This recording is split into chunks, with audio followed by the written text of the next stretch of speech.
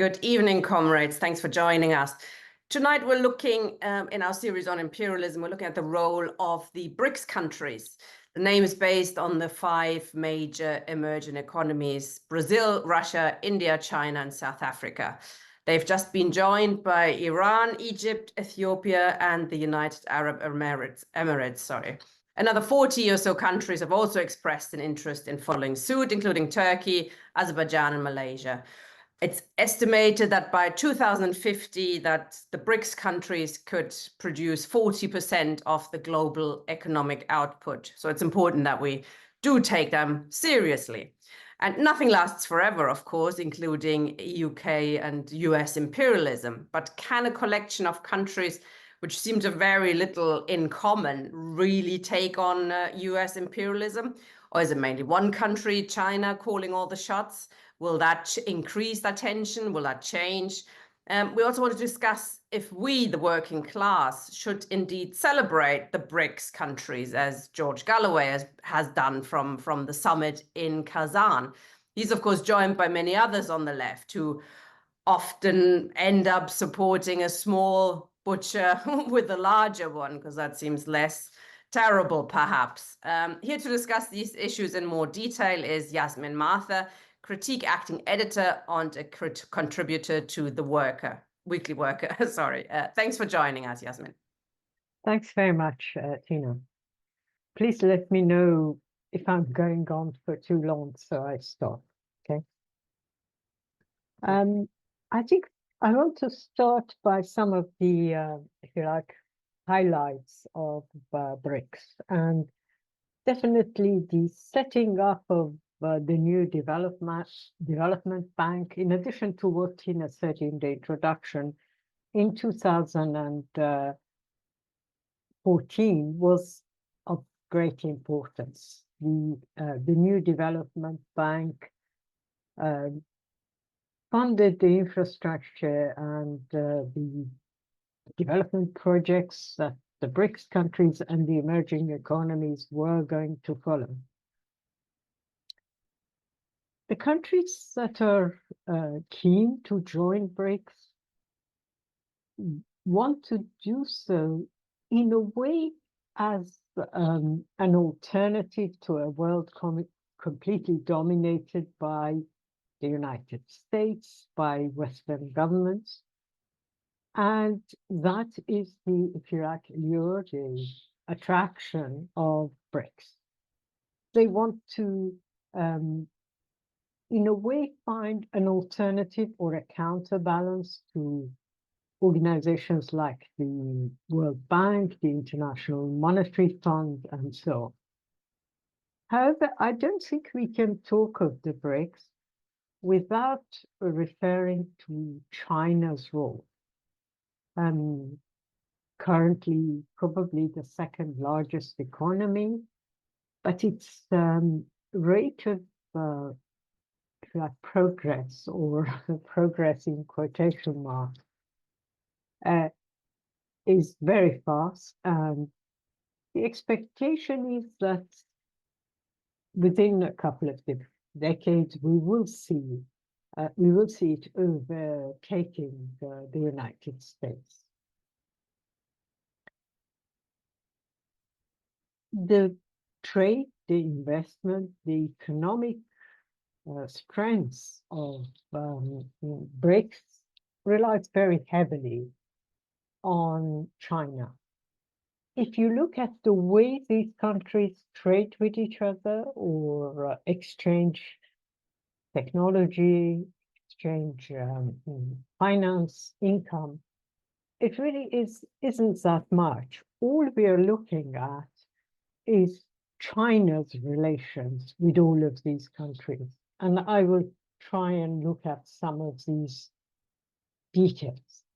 But central to this is what many people have talked about before, and that's the Belt and Road initiatives that China, under the current president Xi, started.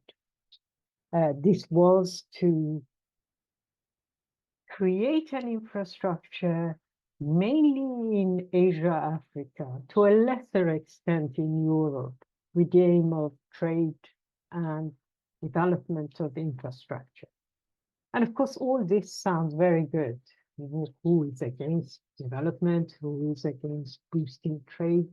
When you're facing hegemon power like the US that dominates the world and often penalizes its opponents with political opponents, with sanctions, with dissing them and so on. Having said that, I think it would be easy to see that China is not the benevolent, if you like, funder of all these. Very often people have talked about the debt traps that the participating countries in the Belt and Road Initiative end up in terms of what they owe to China, but also the long-term economic dependence that they will have on the Chinese government. So when you talk to Chinese Communist Party people, Chinese academics who defend China, European and Western and US academics who defend China, they would tell you that this is a question of cooperation, a question of mutual benefit, that in Africa, in Southeast Asia, this is not a new form of exploitation. They have no imperialist or colonial ambitions. And it is true that in terms of what one would refer to as historic, traditional colonies, military conquest, land conquest, control of various countries, and indeed control of the politics within dominated countries, China is taking a very different look. But one could argue that in the 21st century, you have to come up with new forms of imperialism. You couldn't, there is no reason in many ways in a global world where finance, capital, trade is playing such an important role. There is no need for land conquest or imposing troops in various parts of Africa, Asia, in order to economically and politically dominate the existing order. Let's call it at this stage the existing order. There are many Marxists who argue that China's policy is a true example of economic imperialism. I am paying a lot of attention to China because, as I will explain, China's role is pivotal regarding BRICS, and we'll talk about interrelations between the BRICS countries a bit later.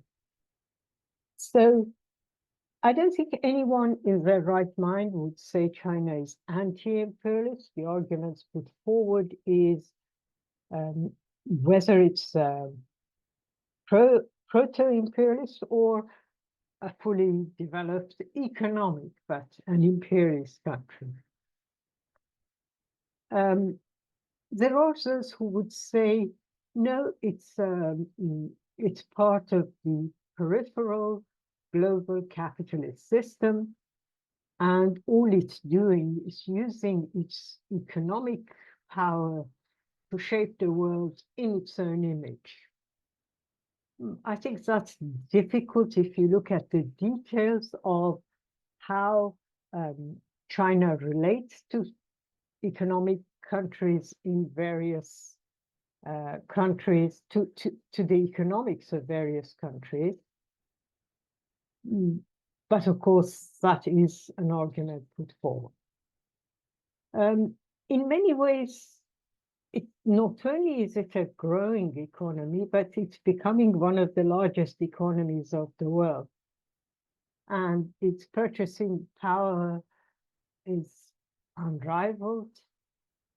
Most importantly, while the West envies or talks or hopes to achieve something like 0.1, 0.22% economic growth.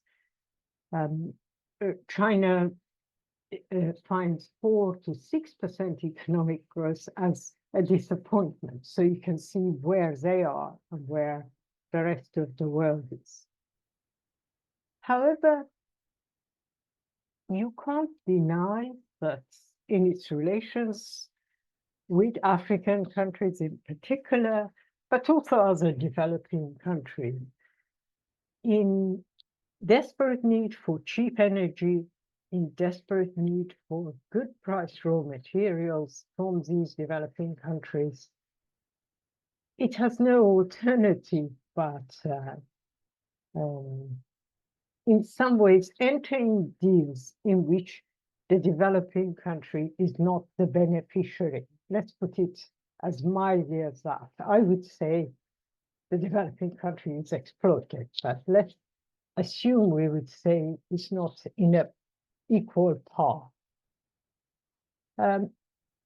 There are those who would argue, and amongst them are many Marxists, many left-wing groups, who argue using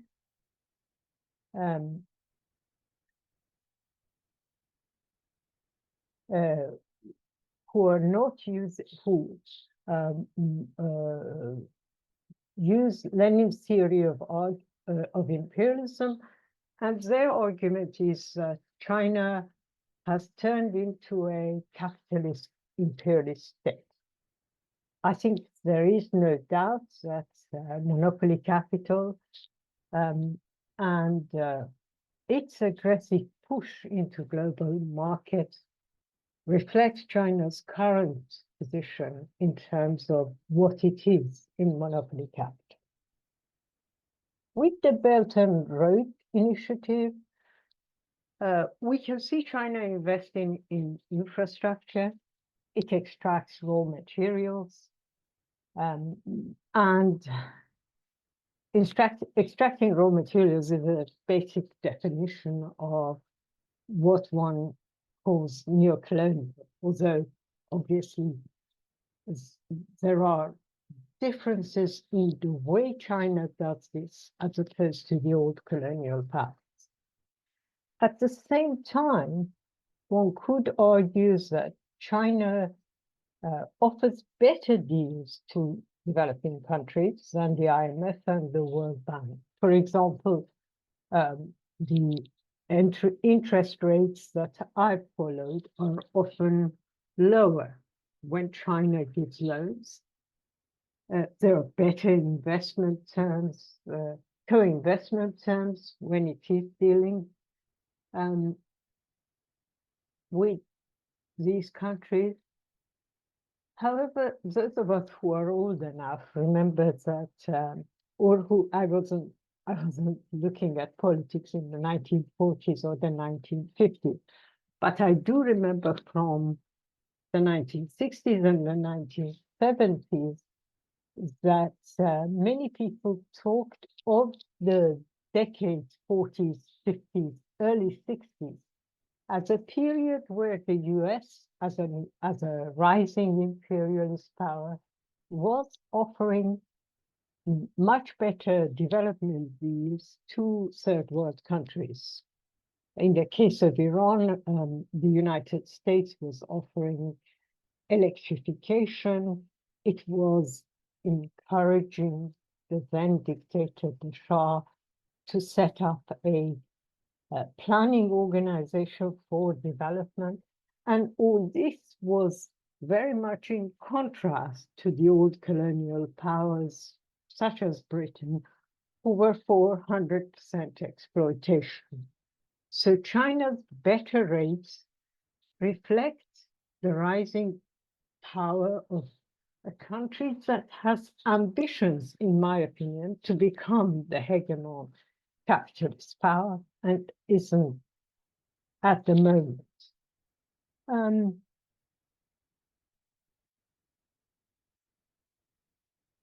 There are those who talk about who critique this view of Chinese imperialism, they say China sells more surplus value, which basically means what you profit from labor and production to the US and West than what it takes from developing countries.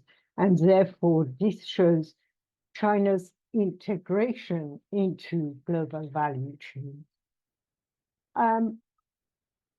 And as a result of this, these defenders of China, some of them in monthly review, but not limited to monthly review, would argue that as a result of this, basically China is not an imperialist, capitalist imperialist power, but a semi-peripheral country in the global capitalist system. I think China would not accept this definition itself, but most importantly, I don't think that that reflects reality. There are those who, I'm not going into the debate about Lenin's theory of imperialism, but there are those who look at the classic definition of imperialism in the book, Lenin's book, Imperialism, the Highest Stage of Capitalism, and find places where China doesn't fit. There are those of us who have always had difficulty with that book. We accept the importance of the book, but the book was very much written for a specific period, the First World War, and shouldn't be taken as gospel, shouldn't be taken as the Bible that will forever be correct. And the reality is that, of course, the world has changed. We are no longer talking of a colonial division where there has been national liberation movements in the 20th century. There's been decolonization. Many of the former colonies are independent. So you can't just use those definitions in the 21st century and try and find an exact parallel between those and say, I can't tick number 6 or number 7 of Lenin's definition, and therefore China is not an imperialist country. I find these arguments quite redundant, to be honest. Marxists who argues that China has become a monopolist capitalist economy inside its own borders, and that that by exporting capital abroad, it has become, in a way, a form of imperialist, maybe not in the traditional sense, but at least a proto-imperialist country, have, in my opinion, more a better reflection of where we are in terms of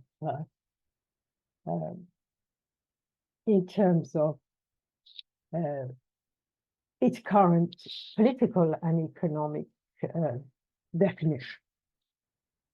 Now, China's economic dependence is really the main reason why the BRICS have obtained any credibility. Here you have especially to look at the new members. Let's take Iran away. This is not a political alliance, contrary to what some deluded people on the left argue, of the axis of resistance. You can't have countries like Saudi Arabia and UAE, who are net creditors with strong economies, to be on the same par with Ethiopia and Egypt, who face very huge debts, and think that this is, if you like, a homogeneous political alliance. But most importantly, politically, when you have Saudi Arabia and UAE, you are talking of a divergence of view. I can understand why Saudi Arabia and UAE have joined countries such as Iran or Ethiopia or some of the African countries in terms of political influence of China. and join BRICS. But remember that Saudi Arabia is doing this, or UAE is not in BRICS because it suddenly decided to become anti-imperial. It's using it as a leverage against the United States. So it can point out to BRICS. It can occasionally, such as after the events in Gaza, show a little bit, and not much, but a little bit of independence from the United States foreign policy, completely dominated by a pro-Israeli position, only because in those circumstances, BRICS gives it a lifeline, a separate lifeline from defending entirely the US. And it's a reflection. I think the position of countries such as Saudi Arabia and United Arab Emirates is a reflection of the changing world we live, where Mohammed bin Salman or the UAE emir haven't suddenly become anti-imperialist, but they are seeing the changes in global capitalism and securing their position in the world. The BRICS have been pushing for changes in global institutions like the IMF, the World Bank, the United Nations, and in those terms, they do try and, if you like, act as a reformist rather than a challenge completely to these organizations. Why? Because if you look at all of the countries within this framework, including Saudi Arabia, Iran, Egypt, Ethiopia, India, and to a lesser extent, China itself, they are not independent of these global institutions, and therefore their position towards these organizations is more looking for more transparency in terms of trade rules, better rates in terms of loans, but not a challenge to the institutions of global capital itself. When we look at the 5 regional BRICS, and that's quite important, I think China played a very significant role. It was a key partner for both the more wealthy of these countries, but also the lower income countries. For Brazil, it was the agricultural and mineral exports to China that gave it a better economic situation. For Russia, it was energy exports. And for South Africa, it was the mineral exports, all of them to China. As time went on, we'll come back to the relations and trades between these countries, but I want to also talk here briefly about currency. So as time went on, and especially as sanctions left Russia and later Iran, which is a new member of BRICS, into a severe economic difficulties, the whole issue of currency dependency, in particular to the dollar, to a far lesser extent to euro, but mainly to dollar, and the global dominance of dollar in terms of world currency encouraged all of these countries, with the support and of course with the backing of China, to look at both yuan and the gold.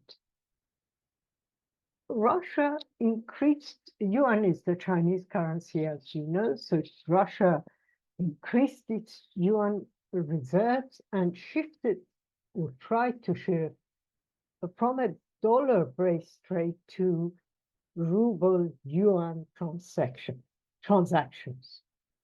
And you can see that sometime between February and October 2022, the trade between the two currencies became 80-fold. The rate changed that much. All of this creates benefits for China and more vulnerability for Russia. Because at the end of the day, it is China as the stronger economic power that controls the exchange rate between the yuan and the ruble. So when the ruble goes down 80-fold, it's the Chinese who benefit. Chinese goods become very expensive for Russia, while import of fuel, raw materials, whatever it does import from Russia becomes much cheaper. Of course, what can happen in the long term is that the United States, in its own economic relations with China, might change that relation and put pressure on China in terms of the way it has so far supported sanctions against Russia, but we will have to see that. The other way in which some of these countries facing sanctions, including Russia, but also Iran, have tried to resist the US dominance and the currency dominance of the dollar is to invest in gold. And again, that has its own challenges.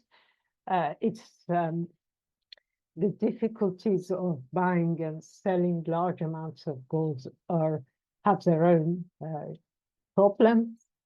There is the issue of smuggling, black market, changing the origin of the gold, and so on. So all of this hasn't been that easy. As a result, yuanization, i.e., using the yuan as the main currency, is far more attractive for countries such as Russia, especially as they face serious economic difficulties caused by US sanctions.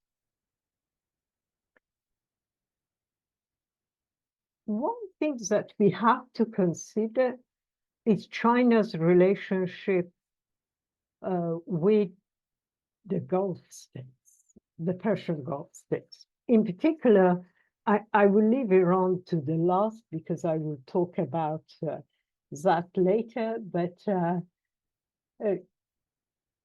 when you look at Saudi Arabia and the UAE, it's the energy, it's the fact that China can buy cheap oil from the Middle East that is so significant. And contrary to what we were facing, say, in the 20th century, the US policy towards many of these countries is not an issue of cheap oil. It's more an issue of stopping cheap oil through China. That's the dominant, if you like, mindset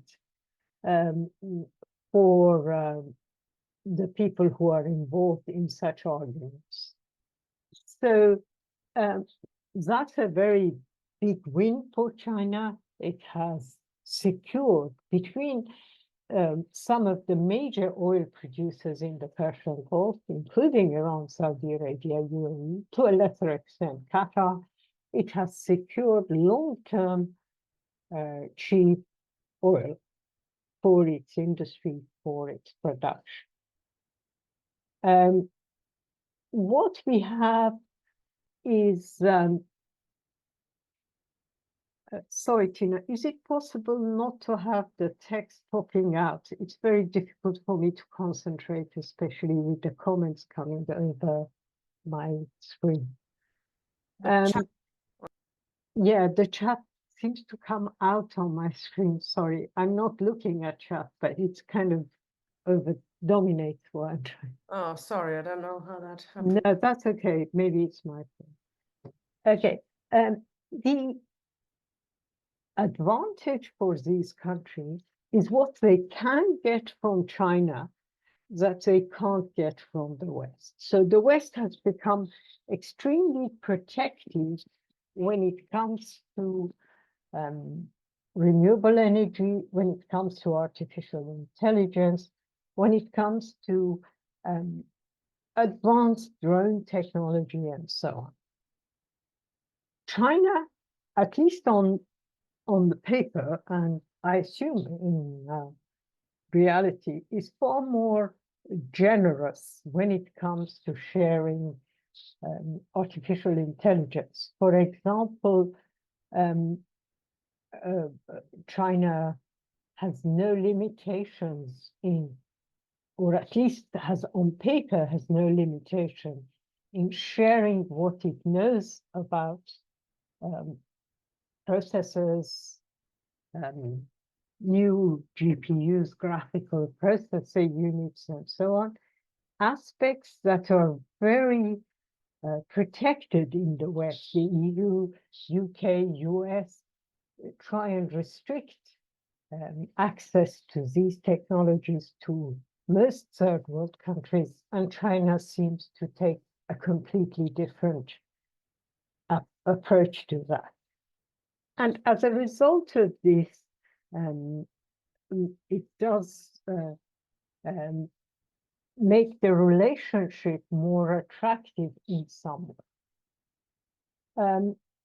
So you can see why, for example, Mohammed bin Salman, who historically, traditionally should be completely on the side of US, is trying to hedge his bets by being on both sides of the divide.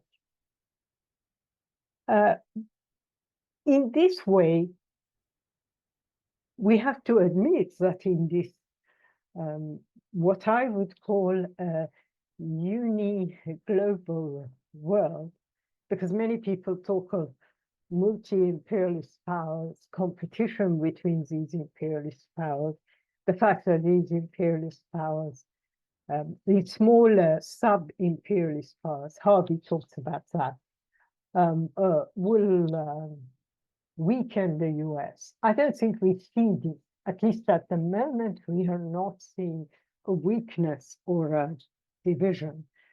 Any capitalist country can and has imperialist trends within it and uses those. That isn't the question. The question is that, as the events of the last 14 months have shown us, one hegemon power can defend a rogue apartheid genocidal state and nobody else. The collective might of all the rest, including sub-imperialists, can't stop it. In this world, there is, if you like, a complete disparity between the current hegemon power and the rest of the world. And you can see the attraction of BRICS for countries that want to diss the United States, including Iran and the axis of resistance. However, I would argue that it would be wrong to put too much hope within such a system, because at the end of the day, you wouldn't, at the end of the day, that is a very temporary, a very short term, and the creation of very specific conjuncture in history that has allowed this to happen. It's not a long-term solution.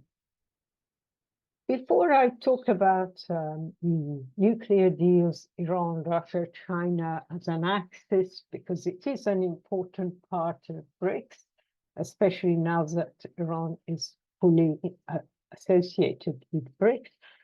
I also want to argue that if you look at economic trade between these various countries, we don't see many signs of this. We don't see trade between Brazil and South Africa. We don't see much trade or economic deals or development deals between India and other countries. Every deals that we look at in BRICS, China is playing a central role in it. So all the lines end in, all the roads end in Peking rather than Rome. And that is quite significant. The other issue that challenges the BRICS in a very serious manner is the heterogeneous nature, the difference in the if you like, strengths of these various economies, their level of development, and the fact that they're not going to, there's no way you could talk of this as partnership between equals. South Africa has its own challenges. Brazil, as I said, remains very much dependent on raw materials, agriculture. India is progressing more than the others. It has, first of all, it has the numerical population advantage, but it's also making major advances in terms of information technology, and that challenges its position. We also have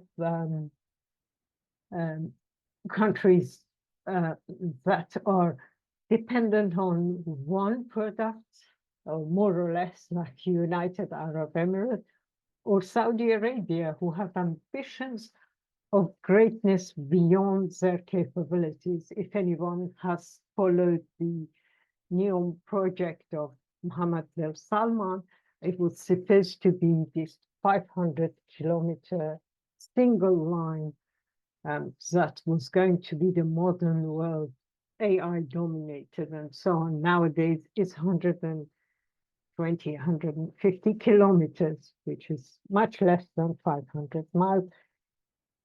These countries are not in a position to predict their own progress, never mind their relation with a new emerging major economic power such as China.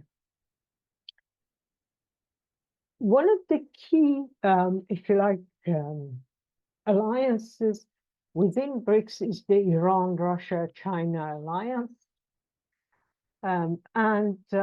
It's partly led by Iran and Russia's attempts at going around or avoiding US sanctions, punitive sanctions. And in this, they have played an important role in terms of trying to shift their deals from US dollar to Chinese yuan.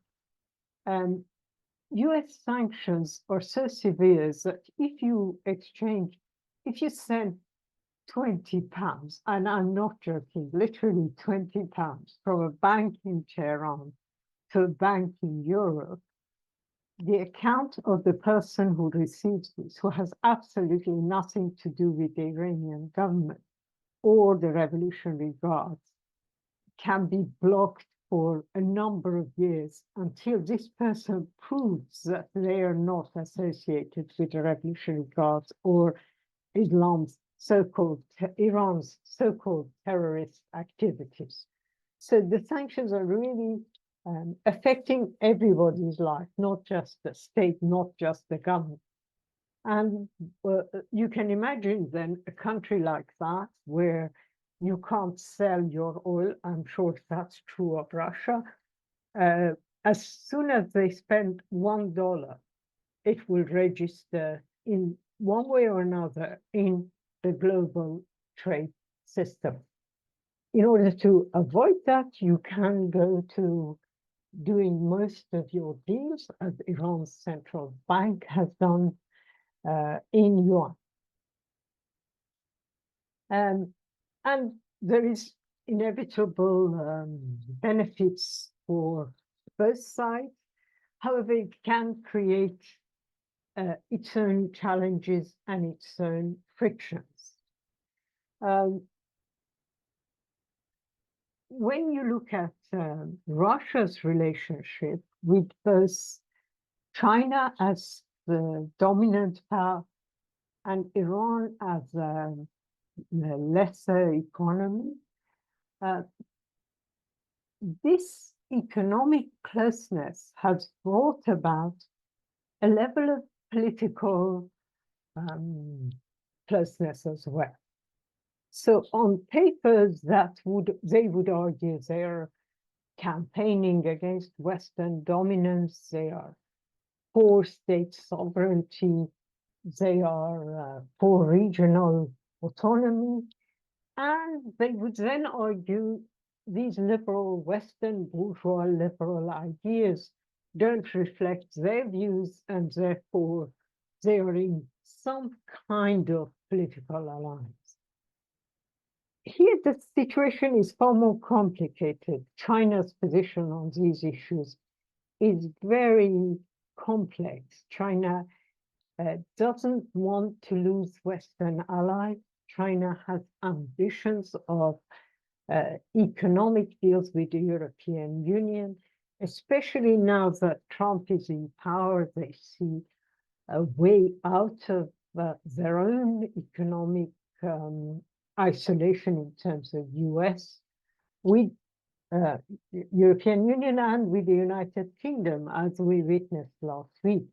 The new UK government has a slightly different attitude to economic deals with China compared to the conservatives. Both Russia and China are also aware that some countries that supporting rogue state or axis of resistance, whatever you want to call it, has political benefits for them in Africa, in Asia. In fact, genocide in Gaza, the isolation of Israel, has given Russia and China a slightly improved position in this matter, because if you look at, for example, UN votes, obviously quite a lot of, irrespective of what dictator rules them, many Asian, African countries do vote against the state of Israel, 142 of them, as far as I can remember, in various General Assembly votes. And in this way, both Russia and China can portray themselves as being part of this global South against the US hegemon power. And I would argue that it's partly because of that they take a nuanced view towards Iran's nuclear development, and it has a very complicated effect. For example, when it comes to Russia, they don't want escalation of the war in Ukraine, but they don't want a victory for Ukraine or NATO either. So China's position is much more complicated than just supporting Russia, irrespective of what it does. It does take a nuanced view. When it comes to Iran's nuclear positions, they have not been, if you like, advocates of Iran should have nuclear weapons. They do sign with every other country the IAEA positions that Iran shouldn't develop nuclear weapons, but they are less severe regarding Iran's nuclear program than, for example, France, UK, Germany, the Power 5+1, as they are called. when it comes to more China-specific alliances, such as the China Cooperation Organization, then they're much more careful. If you look at, for China, the Shanghai Cooperation Organization is a very important long-term political, geopolitical initiative.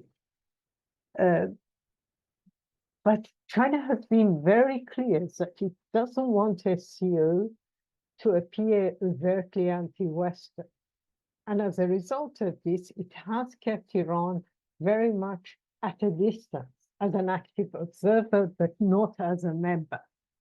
And that reflects, in my opinion, the long-term ambitions of China, not to become an leader of an anti-imperialist world, but more to become a major capitalist economic power, an imperialist power, even if it might not be at this particular juncture.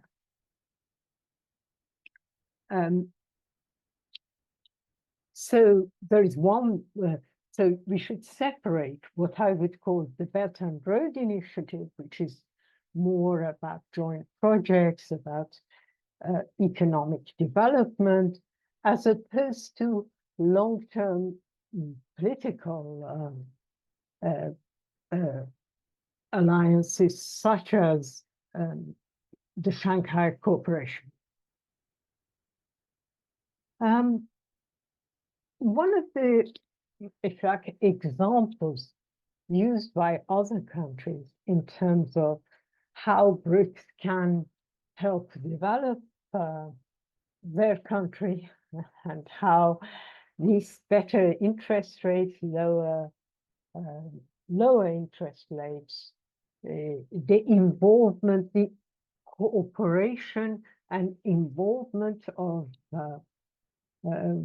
experts from both countries can build this development, as opposed to how the West approaches development, which is to develop and leave and then sell expertise at very high rates.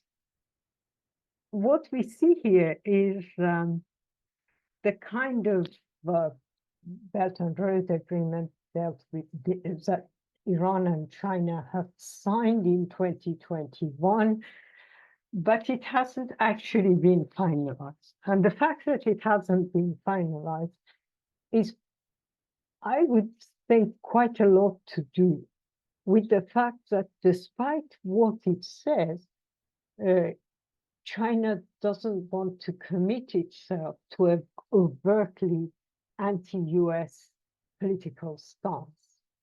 It is happy to use some of its funding, some of its economic power in terms of yuan trading, but it's not happy to openly go into a deal that will show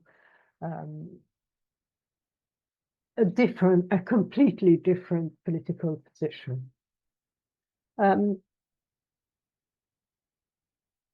What we see here,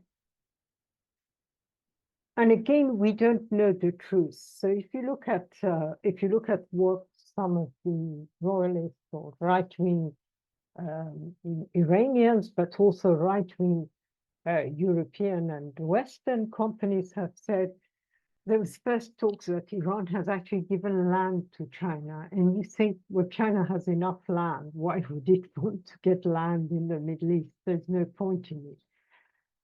We heard about one particular island, Kish Island, being given to China within the, I think it's on the edges of the Persian Gulf, which might have strategic importance as it is close to the Straits of Hormuz and therefore can control the passage of oil tankers and so on. But I really can't believe these are I don't think in the final deal, in the provisional deals, they are nowhere to be seen.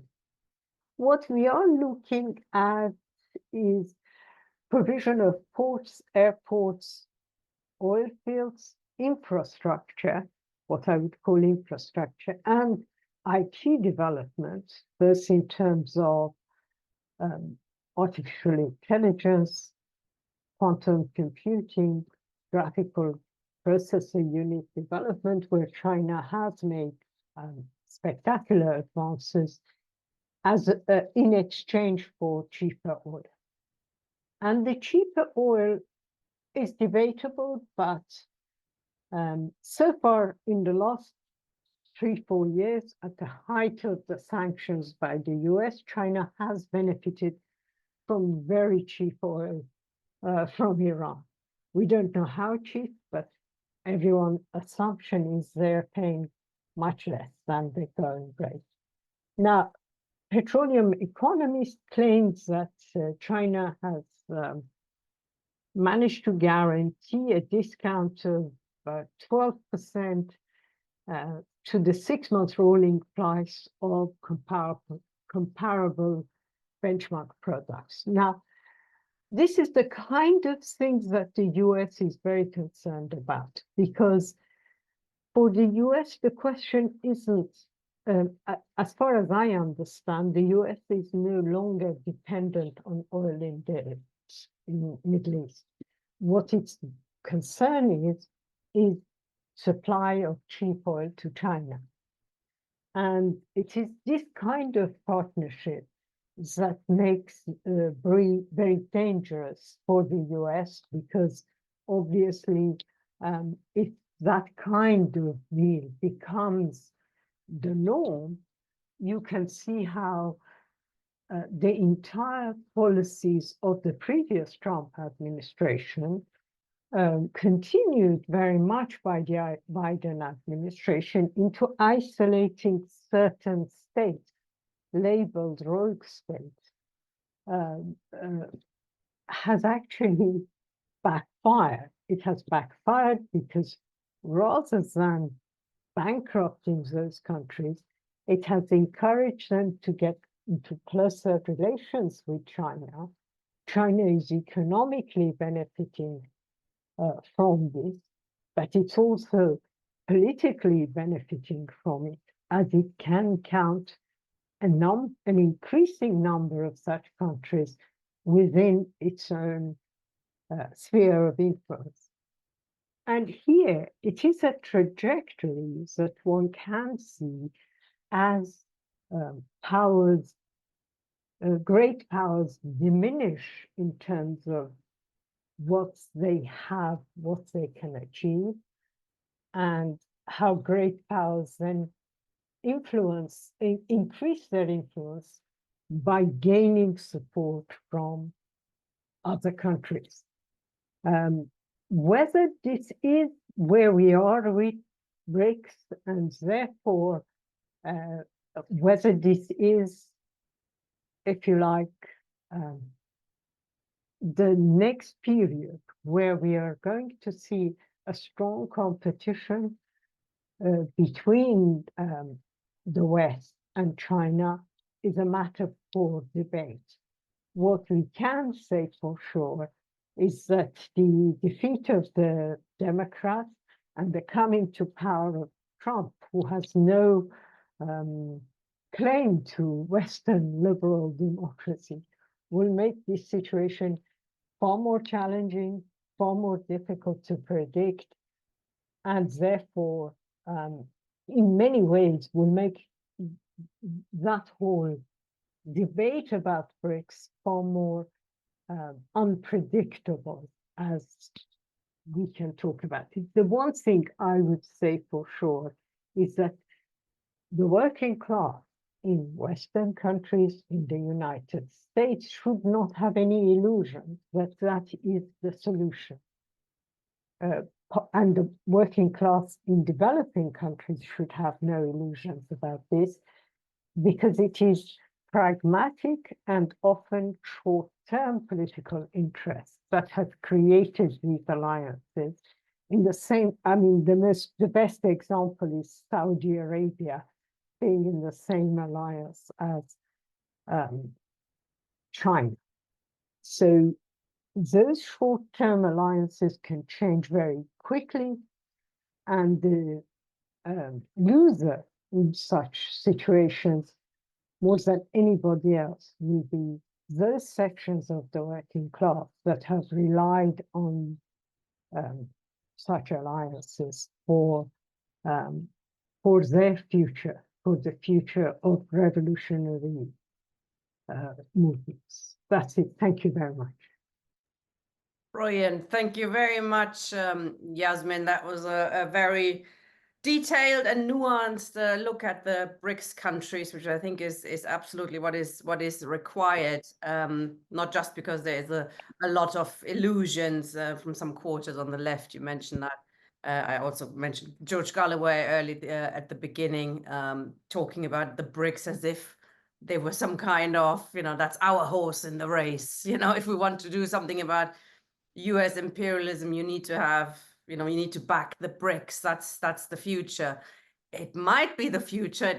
China might indeed do away with US imperialism or take over imperialism. But as you pointed out, they have no interest in anti-imperialism. China is not it might not be a fully imperialist country, but it is not an anti-imperialist country for sure. So why the working class has anything to gain from backing one want-to-be imperialist power against the existing imperialist power US is beyond me. Comrades, if anybody wants to ask a question or make a comment, please click raise hand now, and I can bring you in. Just a question then. I mean, by pointing out all these tensions, etc., and I think you outlined this, and it's an article in the Weekly Worker as well, in this week's paper, which will be up tomorrow morning, I think, or tonight. How China is actually using its position to, it looks good on the surface to give cheaper loans, etc. But what it's doing is what the US did as well. Well, not 100 years ago, but 75 years ago, when it was in the middle of taking over, giving cheap loans, tying countries to itself by investing in infrastructure, and that makes them, dependent on using Chinese companies, Chinese entities to build those infrastructure models then as well, and to tie countries to themselves by cheap loans, etc. You called it a sort of semi-colonial method. So that's an interesting aspect of it, a sort of colonial aspect, to an imperialist aspect, really. But do you think that China has sort of long-term plans with BRICS, or is it merely a sort of stepping stone towards, I can see everything is very fluid, obviously, and Trump's victory will also make this, a difficult, there's probably not a path forward, but do you think that BRICS will still be here in 20, 30 years' time, or is it a sort of stepping stone for China on the way to become a global imperialist main power? Shall I answer now? Yeah. Yeah. Yes, please. Okay. Yeah. I think this Belt and Road initiative, which is linked to BRICS, I know they share the same initials, accidentally, I think, nothing to do with BRICS, but BRI, as China keeps calling it, is essential for China. And what it's trying to do is long-term with that. So it is aware, for example, in terms of electric cars, it is well aware that the cheapest raw material it can get in Africa is best served through Belt and Road. Now, what better way than to make the Belt and Road part of BRICS strategy? So BRICS strategy wants to get all of these involved, and I think for that reason, I think for China, BRICS is not a short-term policy. For some of the countries within BRICS, Yes, it is.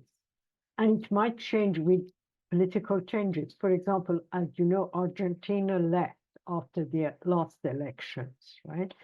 So you can see that maybe a change of power in India, that can happen. It's not guaranteed, it can happen, might change that position.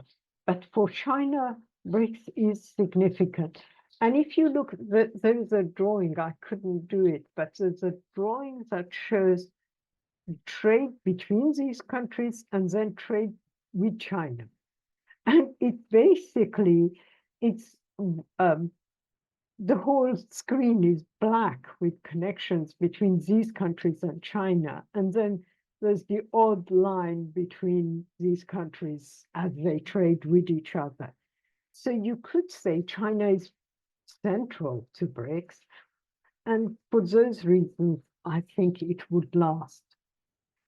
But as you rightly say, in the New World Order, with Trump coming to power, with, I don't know, wars happening all over the place, it's very difficult to predict. But I would say, yes, for China, BRICS is important. Some countries might leave. There is apparently a real drive by the US, especially by Trump, to try and get Saudi Arabia and UAE to leave. So presents, offers, loans, everything is being put forward.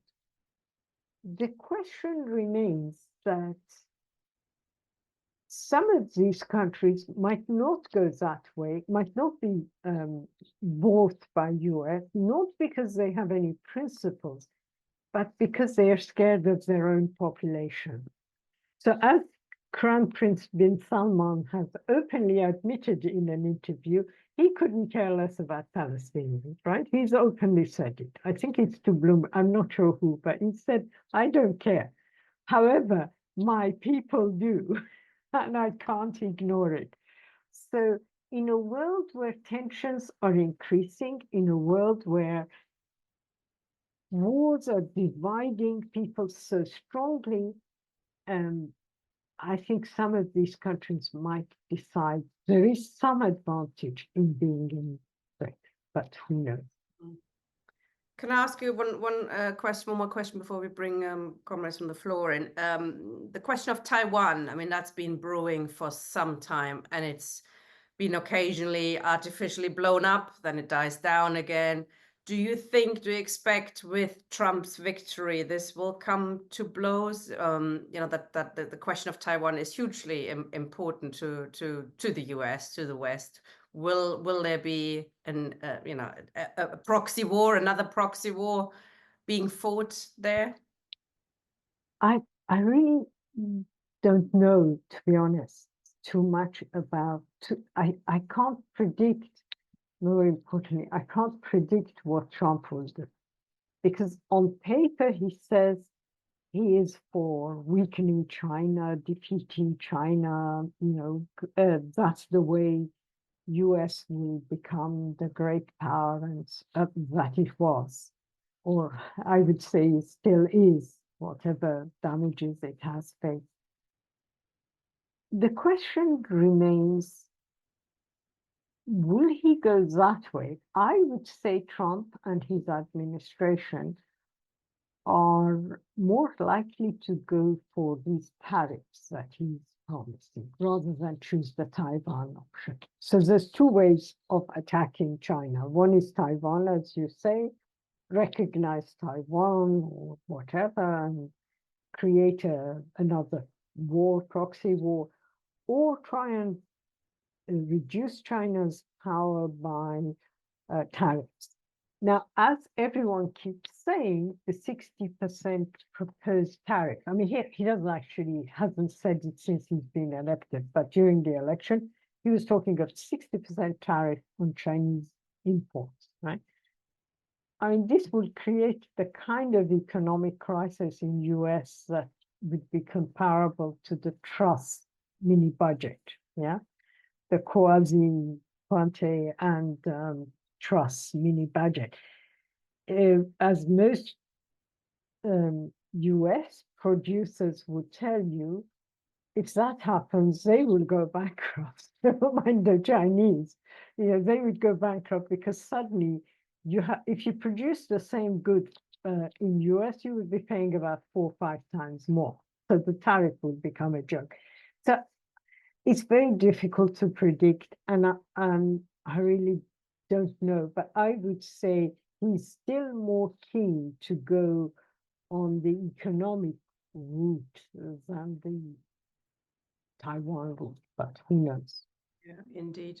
Thanks, Yasmin. John. Thank you very much, Tina. Thank you, Yasmin. I just want to make a number of points drawn from a book I'm currently reading by Zach Cope, The Wealth of Nations, and also a couple of things I've seen on the internet. And the first point is that taken together now, Saudi Arabia is part of BRICS, and Iran is part of BRICS, and Venezuela is part of BRICS. I think the current figure for the proportion of the world's oil that BRICS is responsible for is something like 43, 44%. Now, that is highly significant. Strategically and politically, not just for China, not just for the US, but for the whole world. If we think back to the 1970s, there were 2 major hikes through OPEC at the time in the price of oil, which produced a crisis in capitalist profitability. And as a result of that crisis, the post-war settlement of welfare states and all the rest was thrown out, and neoliberalism was brought in. And so it produced a very great change in the capitalist system and in the imperialist world order as well at the time. And that, of course, was provoked over Israel's attacks on Arab states in relation to Palestine. So it's not inconceivable to me that oil could be used by BRICS in an emergency situation or in an economically or politically important situation. And that might be an important situation for BRICS as a whole, or for Russia or China or India or any bloc within BRICS.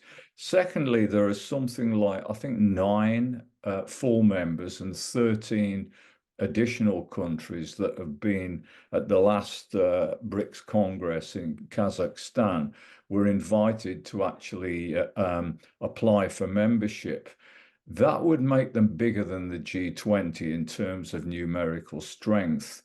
And given what Yasmin has said, and which I've read about, that the rate of interest rates, in fact, the extent really of unequal trading between imperialist powers and the global South is far less.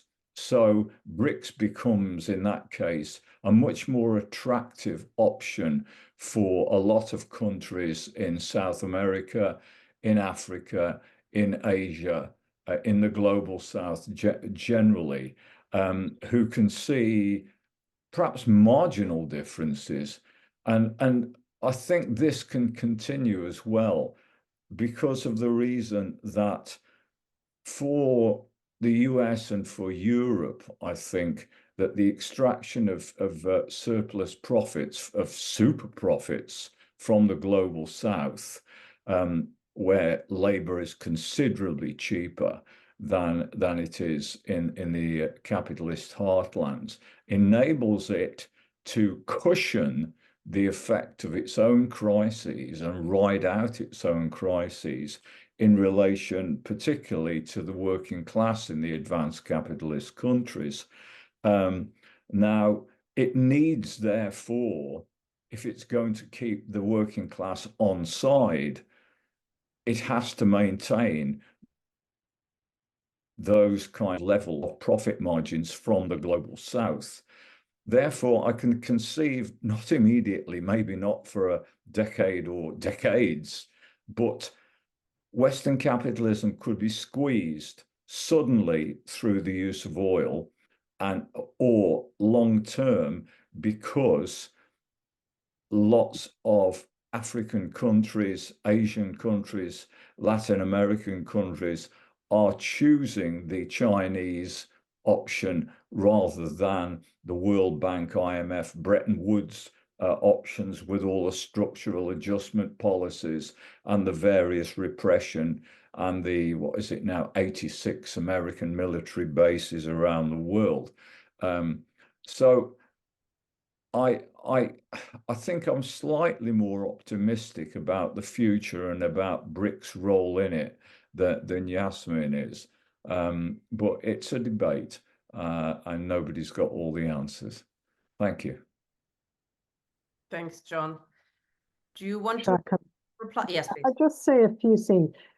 I mean, obviously, it's very difficult to predict future, but in terms of oil, if I understand correctly from what other people tell me, US is now independent of oil imports. It's self-sufficient. It has shale, it's got other things. It's oil.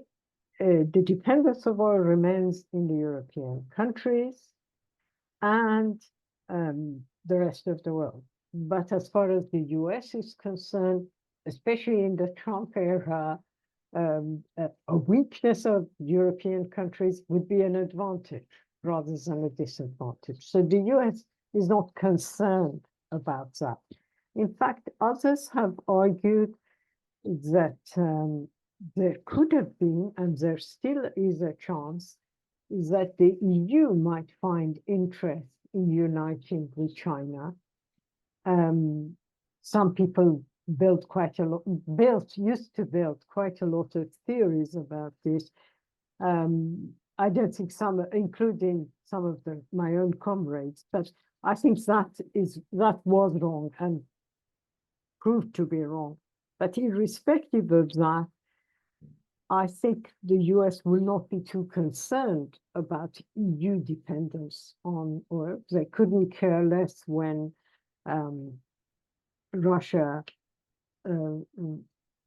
Russian oil to Germany stopped and increased prices. So I think that's a debatable issue.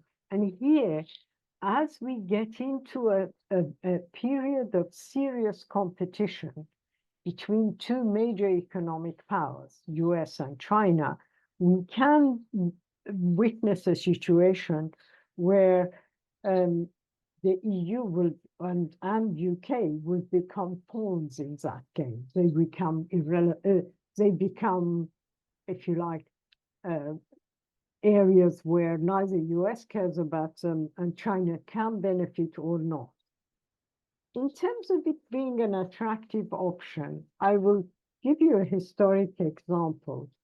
Throughout the oil nationalization saga in Iran in 1952-53, Mossadegh, who was the nationalist oil, the nationalist man, the man who wanted to nationalize oil, who had identified correctly the British oil company as an exploiter remnants of colonial era, considered the US to be progressive. In fact, part of his downfall was that he was so keen on keeping US on his side that he was often repressive on Tudeh and the communists. So I have my own problems with Tudeh, but it is true that Mossadegh did repress Tudeh because he wanted to look better to US, and he had serious illusions about US. And exactly as China, US, in its rise to this imperialist hegemon power situation, was giving much better rates, was very attractive to many countries in the third world. As I tried to point out, and Tina said as well, the US was the champion of constructive development. It talked of constructive development. Its destructive period did not come about because oil prices went up. It came about in the 1970s because of crises of capitalism and the rise of neoliberal economic policies.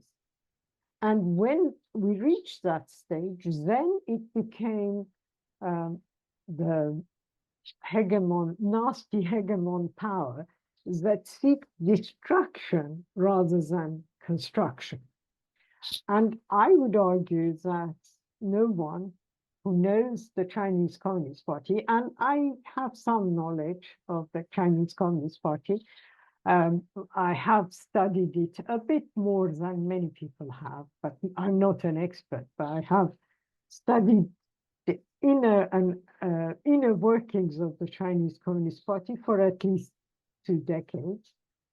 I would argue that China, rising to become the hegemon capitalist power, will show the kind of ruthlessness, the kind of exploitation we have not seen ever before, because the stakes will be higher, the problems will be more difficult, and China will show itself to be exactly what any power wanting to become the world hegemon will show.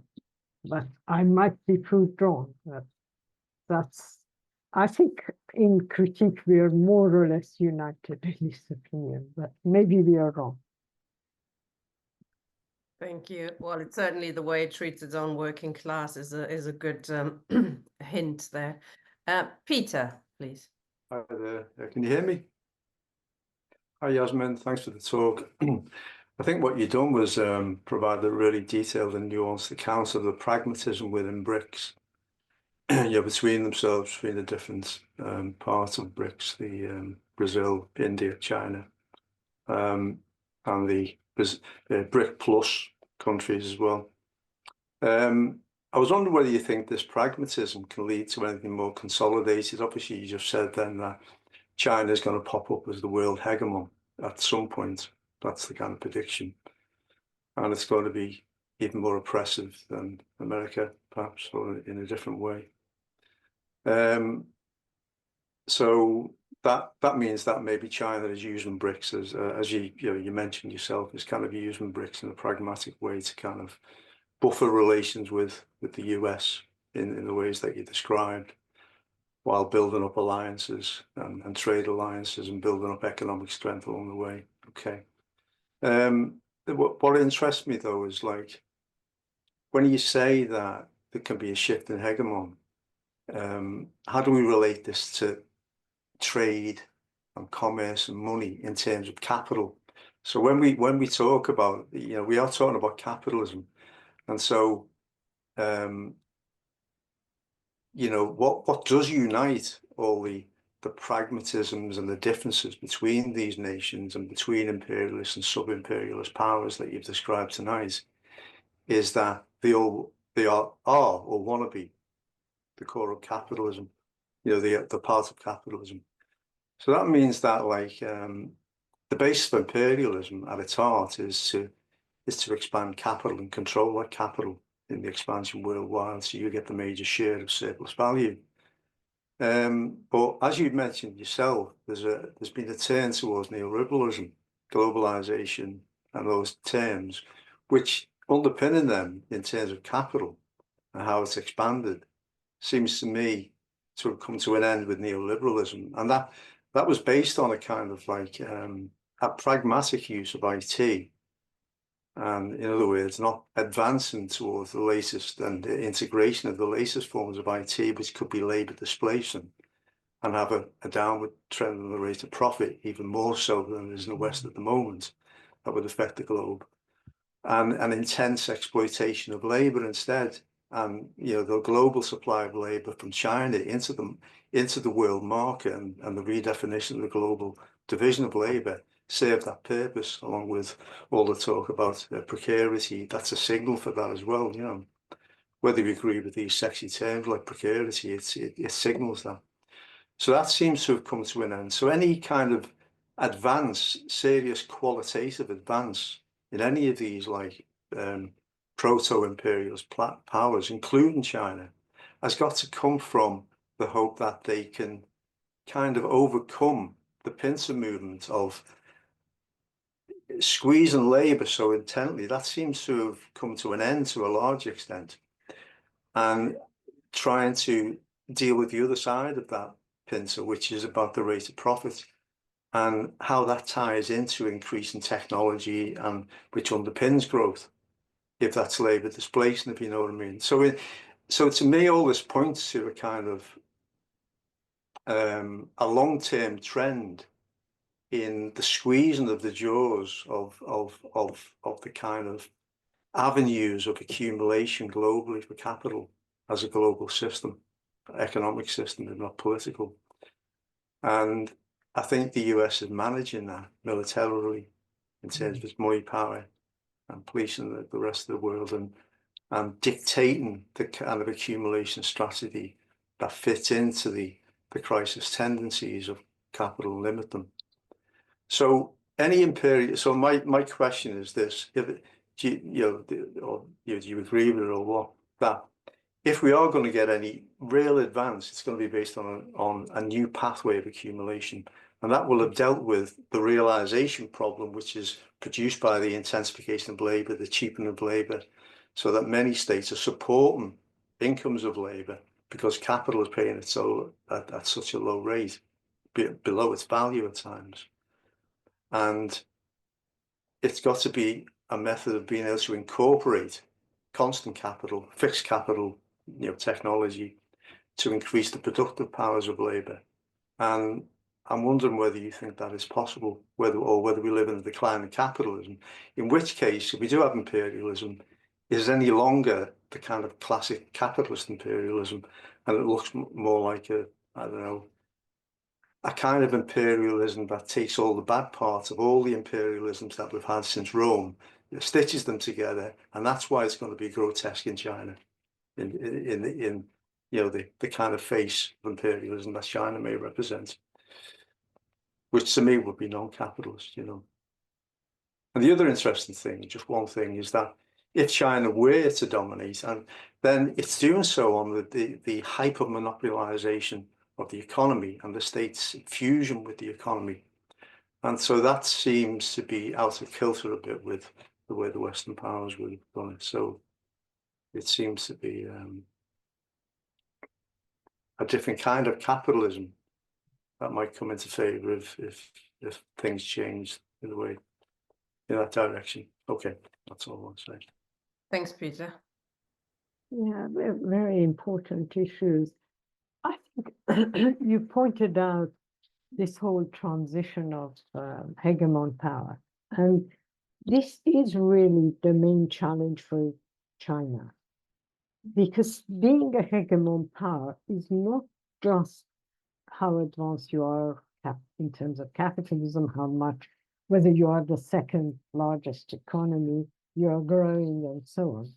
To become the hegemon power, you have to have the dominant global currency, and China hasn't got that. This whole yuanization is part of it, but it still is very limited. It still is people who are desperate, like Iran and Russia doing yuan, but does anybody else use Chinese currency for its economy? No.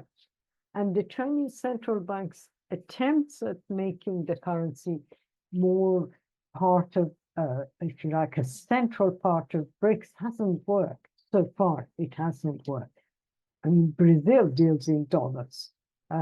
India deals in dollars. The currency dominant in the world remains the dollar. So that's a bit of a problem. The second issue is what you also alluded to, and that is military, you talked about, was military might. Now, historically, people talked in the old colonial era of the strength of the Navy. Then it became the issue of the Air Force. Of course, now we are looking at all these new weaponry, drones, artificial intelligence, but the Air Force still remains quite important. And here again, China has made major progress, but it's not especially in terms of space technology, it is lacking. Yeah? What it tries to make up for is in artificial intelligence. And here I think it probably has reached the US. If you work in an institution like where I am, everyone is obsessed about protecting artificial intelligence. Oh, Chinese are trying to steal our intellectual property.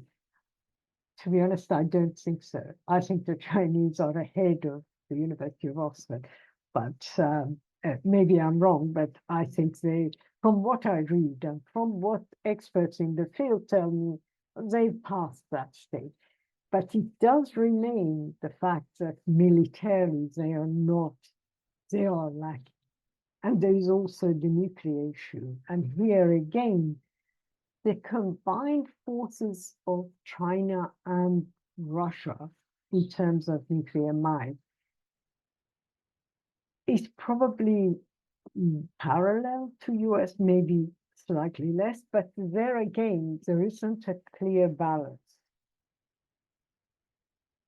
The problem is that in terms of the decline in capitalism, that is the crucial issue. And that is that China is facing economic issues. China is facing, if you like, a ceiling in terms of growth. All the countries are facing this problem. And precisely because of that, it is a reflection of the decline of an order. It's not the decline of a particular capitalism, the US capitalism. It is more global than that. And precisely because of that, I don't think we should put any hope in Chinese capitalism saving the world, as opposed to US capitalism destroying the world. They are both destructive in the long term. And it is because of that one could argue the future is barbarism of socialism. We are not looking at a in-between way where China, with some reform, will improve the situation and delay the decline of capitalism. We are facing very clear and very stark condition. I want to add one last point, and that's partly because this issue of interest rates and China not charging as high an interest rate, I think it's maybe half at times compared to Western capital. Well, the higher rates that the World Bank and the IMF are charging are really irrelevant because these countries are so poor, they're so much in debt, they can't return these rates, right? So China has opted for a far more realistic rate because at least it gets its money back. It's actually financially more astute to have an interest rate where people can afford to return you the loan, as opposed to a kind of interest rate that is astronomical. No one will ever be able to pay what IMF or the World Bank is charging. So there are some who would argue, okay, is China being very generous to these poor third world countries? And some who would argue, no, it's actually very clever banking strategy by China to charge this lower interest rate. Thank you. Una. Hi, good evening, Yasmin, and thank you very much. Now, I'm going to ask you a very easy, simple, not erudite question. In view of the new American government, Trump and his weirdo of government, how is America going to fare in the world? Because we have a bunch of idiots, and that's very worrying. Yasmin, I'm going to ask you a couple of more questions from the chat, if that's okay. Tim asked a little while ago, there is BRICS now has got its own bank based in China, headed by Dilma Rousseff. Is that already working? And does it enable countries under heavy US sanctions to trade freely and import goods that they currently can't get hold of? Also, John asked about the currency they were discussing, which a joint BRICS currency, not the yuan. I think they were thinking about a different currency. Has there been any development on that front? Thank you. Okay, I'll start with the third one. Then the joint BRICS currency would need a backer, right? So yes, they are talking of a new currency, but the financial, if you like, the strength of that currency has to rely on one economy, and it's not going to rely on Brazil's economy as good as, well, it's slightly better than some countries, but still very weak. So it's not going to rely on, it's going to be China and to a lesser extent India, because all these other countries are really economically very weak. China is the dominant, India is the second. So the new currency, the joint BRICS currency proposed by various people, it will not be called yuan, but in my opinion would still be very much dependent on China's economy. But yes, they can. And in terms of political, if you like, publicity, it would be very advantageous for them, because then they can say, look, the US is imposing the dollar on its allies. We are not, it's all to do with the way this Belt and Road presents itself. You know, we are into cooperation. We are into working together. We are all equal, right? China goes to a poor African country and says, you and I, your country and my country are equal. And then it sends 5,000 Chinese experts to a country where the literacy rate is very low, never mind expertise in construction and development. And those 5,000, I mean, I know the 5,000 because it's a particular country that I think that, but you know, they're going to stay for 20 years in that place, right? And okay, on the surface, you would say, yes, this is going to be equal partners. The reality will be that the experts will dominate everything to do with the economy or the construction and development of that country. So,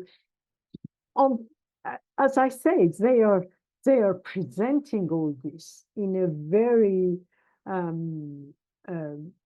positive way, but we should look at it beyond what is the presentation. And yes, the new BRICS currency will look better than saying yuanization or ruble just becoming dependent. The banks have helped. The problem is that, for example, if you look at an economy like Iran, despite the fact that, okay, the BRICS banks and the Chinese banks have helped circumvent a large number of sanctions, and I believe the same is true in Russia.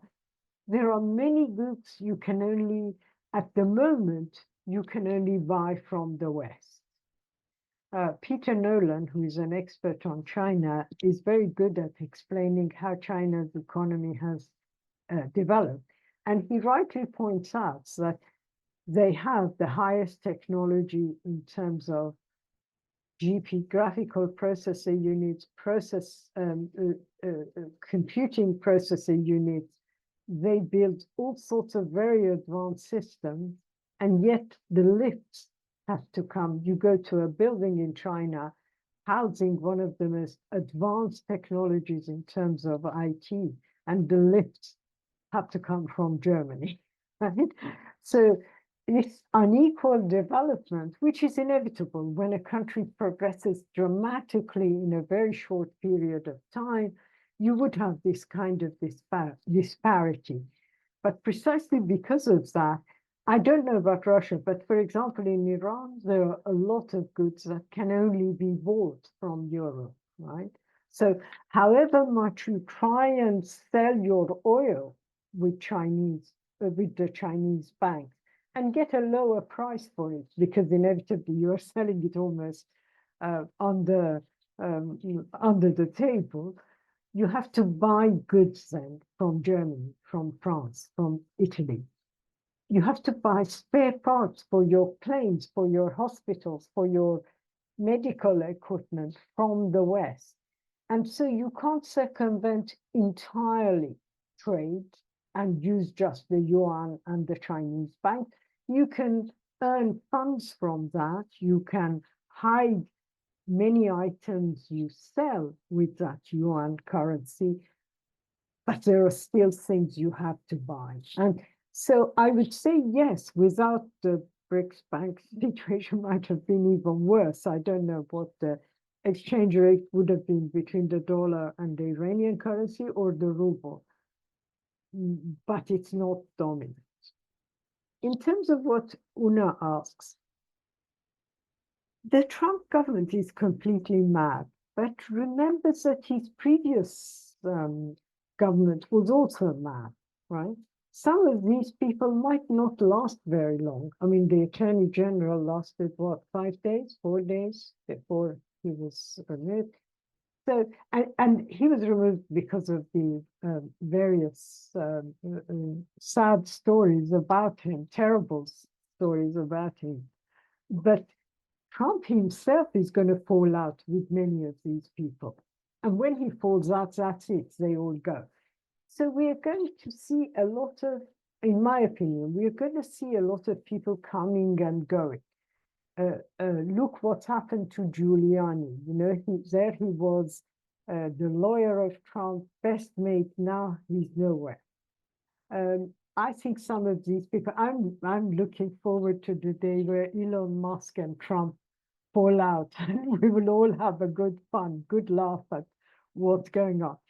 It's all very unpredictable, but remember that these states also have a lot of other, like the State Department has professionals who will make the thing run. There'll be all sorts of other ways in which the current US establishment will remain in control without being in power. And we'll see quite a lot of that. So we will have unbelievably stupid things said and done. Don't take me wrong. I'm looking forward to a lot of those. But having said that, there will be some continuity in terms of everything, including Ukraine, including definitely Gaza, where the new administration will present slogans that appear different. I mean, in terms of Gaza, it's worse than, even worse than Biden, genocide Joe and genocide Kamala. But in terms of Ukraine, they might present different words and so on. But it won't be immediate dramatic change. But I could be wrong. I'm just speculating. Thank you. Thanks, Yasmin. Last person from the floor is Matthew. Hi, yeah, thanks, Yasmin. I think, well, Matt Gaetz, of course, as the Attorney General, the reason why he was blown out was, of course, he was in Congress until the day he was nominated.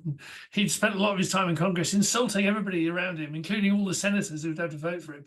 So they all said, "No chance, not that guy." You know, it wasn't. They didn't really object to the fact that he had all these outstanding, legal issues. I mean, so does Trump. But I mean, they really objected to be insulted by him. But they are, these things are, as you say, these things will all come out and wash. But I think, and it is a facet of the decay of the system, actual decay of the American system, that it's run by a bunch of nakedly corrupt bought operatives who are just irrational, actually. I mean, if you look at the Supreme Court, I mean, it's infested with these people who just openly, they just take money, you can buy them. And so on, the system operates like that. But the thing is, I think that in terms of the situation as it looks at the moment, I mean, China, of course, is used to have a very close relationship with the US. I mean, Nixon, who may have been a crook, but was a smart crook, actually, of course, did a deal with the Chinese in the early 70s. And there was a close relationship. I mean, going through, the Chinese supported all the repressive things America did all around the world. Famously the coup in Chile and all the rest of it, and through the 80s and so on. And there was an exchange, obviously an exchange. I mean, you've read the stuff, and there was clearly a very close intellectual exchange between the top end of the American state machine and the Chinese for at least 2.5 decades, and it would be interesting to see what the fallout was, because clearly there is the fallout really is based on the fact that the Americans were terrified of the rise of China. I mean, China, of course, until actually, the last 25 years was economically more or less irrelevant, but it's that huge growth, isn't it? And it's the fact that, I mean, China may have, it's not a fully capitalist system. I mean, obviously it has billionaires and various of the expressions of capitalism, but it's not, it still has state direction. And actually, of course, the whole economic crash of 0708, it was the Chinese that bailed out the world system by instituting this vast building program, pouring more cement than had ever been seen in human history, in order to, the classic function of Stalinism, which is to bail out capitalism. So in those terms, but as you say, I mean, the other thing is, of course, in terms of the US method of control of the world is also disintegrating, as we can see quite clearly. I mean, the effect in Gaza, and the fact that they're actually sort of blowing through all their own establishments. The fact that they've set all these things up, the UN, all these different institutions, and they're just blowing them away, destroying them in the eyes of either actually in terms of the structure or in terms of the estimation of the rest of the world. People can see that actually now, of course, we're ruled by monsters.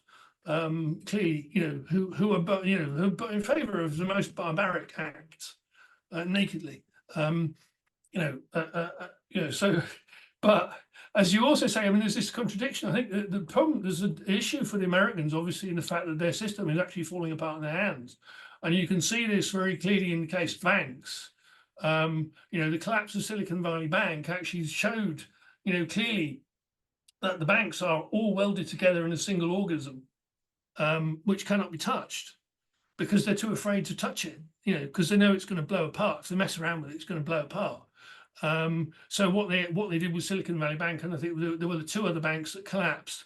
So, one of the most major financial collapses in American history, of course, it wasn't actually, and nobody actually said this. We just said, well, some banks have collapsed and we fixed it. What they actually did was pump a load of money into these banks and chop them up and give them away. And say, well, the system can carry on, and the same, of course, with Credit Suisse, which also collapsed at the same time. They actually, what they did, of course, was the other way around. Of course, it was to keep the Saudis sweet by destroying the bondholders and keeping the shareholders whole, because the shareholders happen to be Saudis. So it's quite clear that system itself is on the point of collapse. The other interesting thing in terms of, has been that process also, part of that process of the growth of China was a deliberate export of industry. I mean, in Europe, actually, they spent, certainly here and in other countries, they actually exported entire factories. They just physically moved them to China. Because obviously they didn't want the bother of manufacturing the stuff here, so they just get Chinese to do it. And so what you then also had was a situation in which there was a certain amount of substitution of labour for machine, but that's now gone the other way, in the fact that China, as you say, actually dominates now, has a domination of certain certain elements of the world economy. The Americans recently started taking apart Chinese electric vehicles, and the American Ford and so on couldn't understand how these things were put together. They couldn't understand the technology. They just didn't have they just didn't have it. So I mean, that's why they start sticking tariffs on these things, because they're terrified, because they just can't make anything equivalent. At the same time, and obviously China then also, of course, dominates the all rare earth minerals. Virtually all the lithium in the world is processed in China. Lithium batteries, I mean, the Europeans have desperately tried to produce a battery manufacturer of some standing, and they can't. All the batteries come out of China. And you've then got this issue, and I think 80% of all PV solar panels come out of China. Nobody else can make them at anything like on anything like the basis. So actually, in those terms, as you say, the economy, one, of course, very difficult to section up the economy into autarkic bits now. You can't, it's just physically impossible, as Trump is going to find out again. And also, of course, that bits of it are heavily dominated by the Chinese, which, I mean, obviously is frightening the hell out of the rest of the world.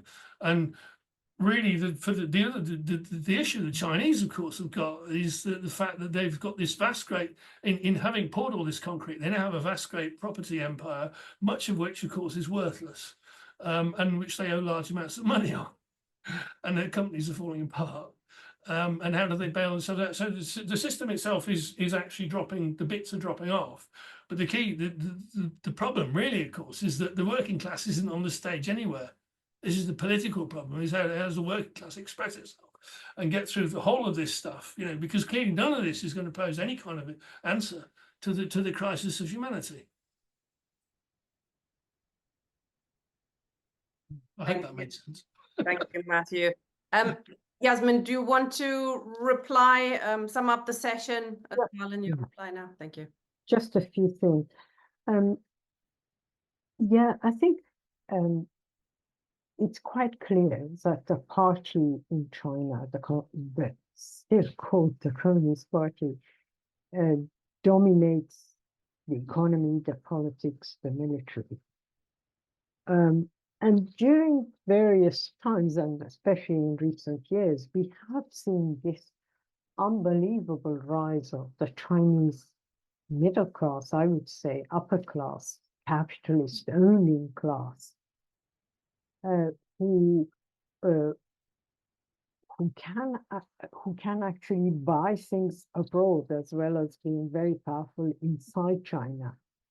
But they are all, and I would argue maybe capitalists all over the world are controlled by their political, or work with their political masters. But in China, you can't diss the political master. So even if you own a major company, you can be arrested, you can be, put in prison, or all your wealth could be taken from you. And in that level, you can say that the state is very much more in control of the economy, of politics, of everything than in the West. But otherwise, this whole concept that the West goes on about liberal value, Western values, rule of law, international law, adhering to principles of human rights and so on, is all, for the majority of the world, not just the left, has become a serious joke. It really is joke when you've got,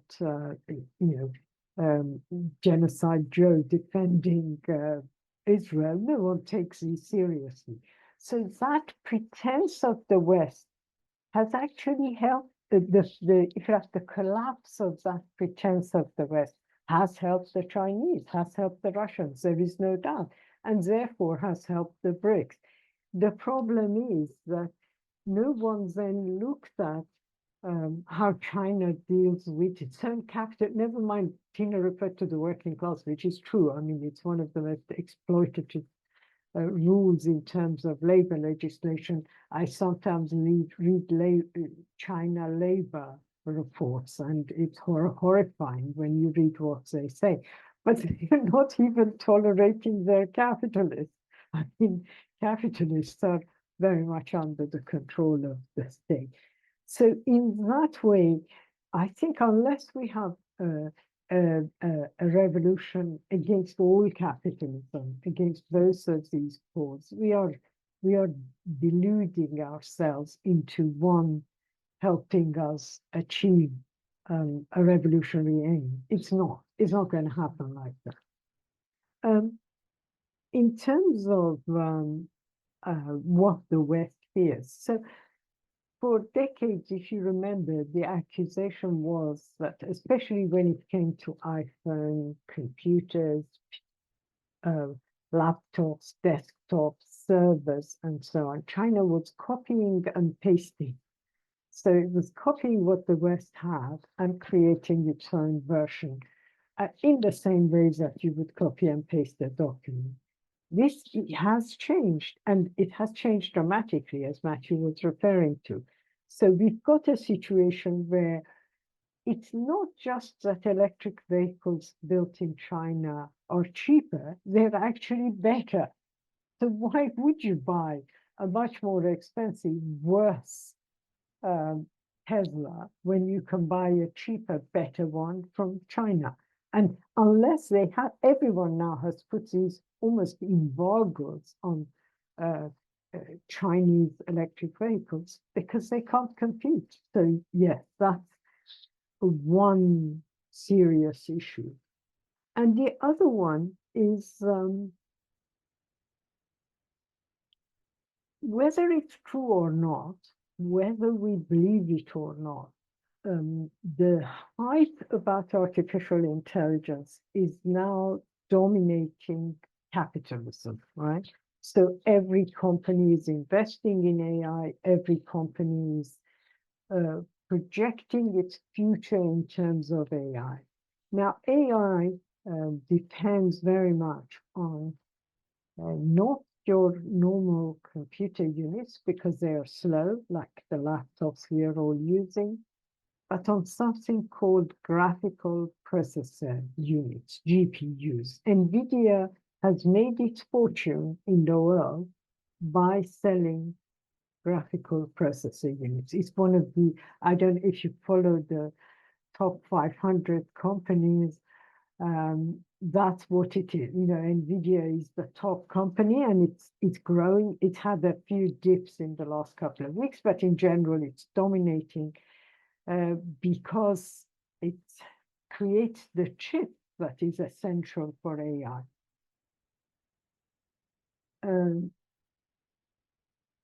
Without trying to give too many secrets away, an institution I work with was trying to buy graphical processor units and compared the performance of NVIDIA with Chinese-made real Chinese, because NVIDIA also makes their chips in China because it's cheaper, but then it comes via other countries. And the performance of the Chinese graphical processor units is better, right? So it's no longer cut and paste. They have done the cut and paste. Now they are actually ahead. Something that never happened with Russia. I mean, I've been reading critiques, old articles, because we published the 100th issue. So in the 100th issue, we republished articles from issue 1. And yes, exactly. And it just reminded me of how, you know, when Hilal was doing all that work about Russia, he rightly pointed out their economic backwardness, their technological weakness, the fact that they were technologically so far back that they could never compete in what they had foreseen. Well, we are talking of a different situation. But unlike those days, I think we are in a different world. We're not looking at two camps. And it's easy for people with nostalgia for the two camps era to see China and the BRICS and the China-Russia alliance as, oh, well, this is the socialist camp, but this socialist camp can actually win. No, comrades. If this one wins, it's going to be a worse, more aggressive, kind of, I don't know, horrible. I think Peter used the word horrible. I would say horrible capitalist system. So, yeah. Thank you very much, Yasmin. Thank you, everybody, for a really interesting discussion, good questions, good contribution. So we all enjoyed that, I think. Next week, we'll be taking a look at the Soviet women's movement and ask the questions, were they feminists? Should we be feminists? Is the second question. So another interesting session in our Communist Culture Club. See you next week, hopefully. Thank you, Yasmin. Thanks very much, Tina. Bye, comrades. Thank you.